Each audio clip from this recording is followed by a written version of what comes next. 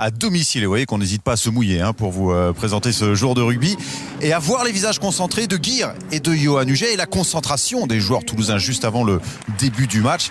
Les Bayonnais se sont dit que ça allait être compliqué de venir s'imposer ici et pourtant les premières intentions sont bayonnaises avec Fuster par exemple qui évite joliment Huget ou alors Faunois qu'on avait vu déjà la semaine passée brillant contre Oyonnax, mais là il se fait repousser par la défense toulousaine. Toulouse qui n'a pas beaucoup d'opportunités en première période mais qui s'en crée quand même par exemple avec le jeune pilier Baye qui réussit à percer, à déchirer la défense bayonnaise avant d'être repris in extremis. Mais cette première pénalité permet à Toulouse de prendre des points parce que Luc McAllister titularisé à l'ouverture aujourd'hui en quille et ça fait 6-0 après 21 minutes de jeu du côté de Bayonne. On est un petit peu moins réaliste et pourtant on a toujours envie d'aller faire mal à ces Toulousains et on retrouve à nouveau le relais de Faunois avec Fuster pour Lovo Balavou arrêté seulement à quelques mètres de la ligne, ce ballon un petit peu cafouillé derrière Faunois qui peut servir derrière Brett et l'interception manquée du jet, mais monsieur Atala revient sur une position de hors-jeu. C'est une pénalité qui va permettre peut-être à Bayonne d'aller marquer ses premiers points et de concrétiser enfin ses attaques et ses mises en danger de la défense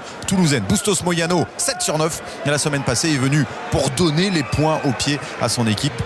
Mais cette pénalité ratée est la troisième ratée par Bustos Moyano et d'ailleurs Christophe Dello, le coach des trois quarts de Bayonne, dit il faut changer. C'est Brett maintenant qui prend les coups de pied. Quelques minutes plus tard justement il y a une pénalité et Brett, l'ouvreur néo-zélandais, est là, il montre les poteaux mais il donne le ballon quand même à Bustos Moyano qui va pouvoir, malgré les recommandations de Christophe Dello, donner enfin les premiers points à Bayonne qui se retrouve quand même mené 12-3 à la mi-temps sous les yeux d'un Vincent Clerc un petit peu stressé quand même. Yannick Bru lui est là au nom de l'équipe de France pour observer quelques joueurs. Le début de la seconde période avec cette pénalité jouée rapidement par Doussin qui peut trouver McAllister qui va aller s'infiltrer dans la défense bayonnaise et n'être repris qu'à quelques mètres lui aussi de la ligne par Scott Spedding avec Lambolet qui a bien suivi, qui peut écarter pour Christopher Tolofoa qui vient aller aplatir juste devant monsieur Atala qui va quand même demander la vidéo. Il a deux questions monsieur Atala. Est-ce que là il y a en avant entre Doussin et McAllister?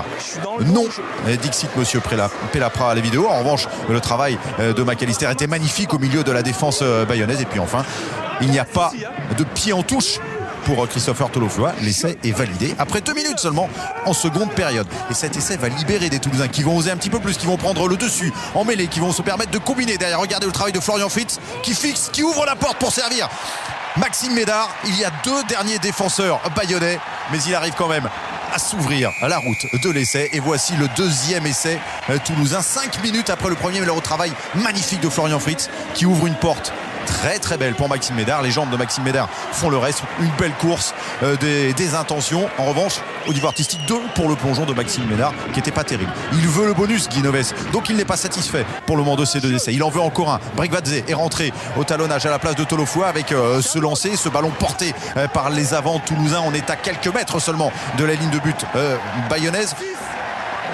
On est à peu près à la 58e minute. Ce ballon qui avance, et les Toulousains qui vont entrer dans l'embut bayonnais sous les yeux de monsieur Atala qui n'y voit rien. Il a beau faire le tour, il va siffler et demander l'arbitrage vidéo. Regardez, on a arrêté l'image à cet endroit là, on voit le ballon, on voit une main, on ne voit pas la ligne, on ne voit pas grand chose. Mais l'essai sera validé, et oui, aussi surprenant que cela puisse paraître. Et donc c'est le 3e essai, l'essai du bonus pour les Toulousains. Tiens, on reparle de Océ Aguirre.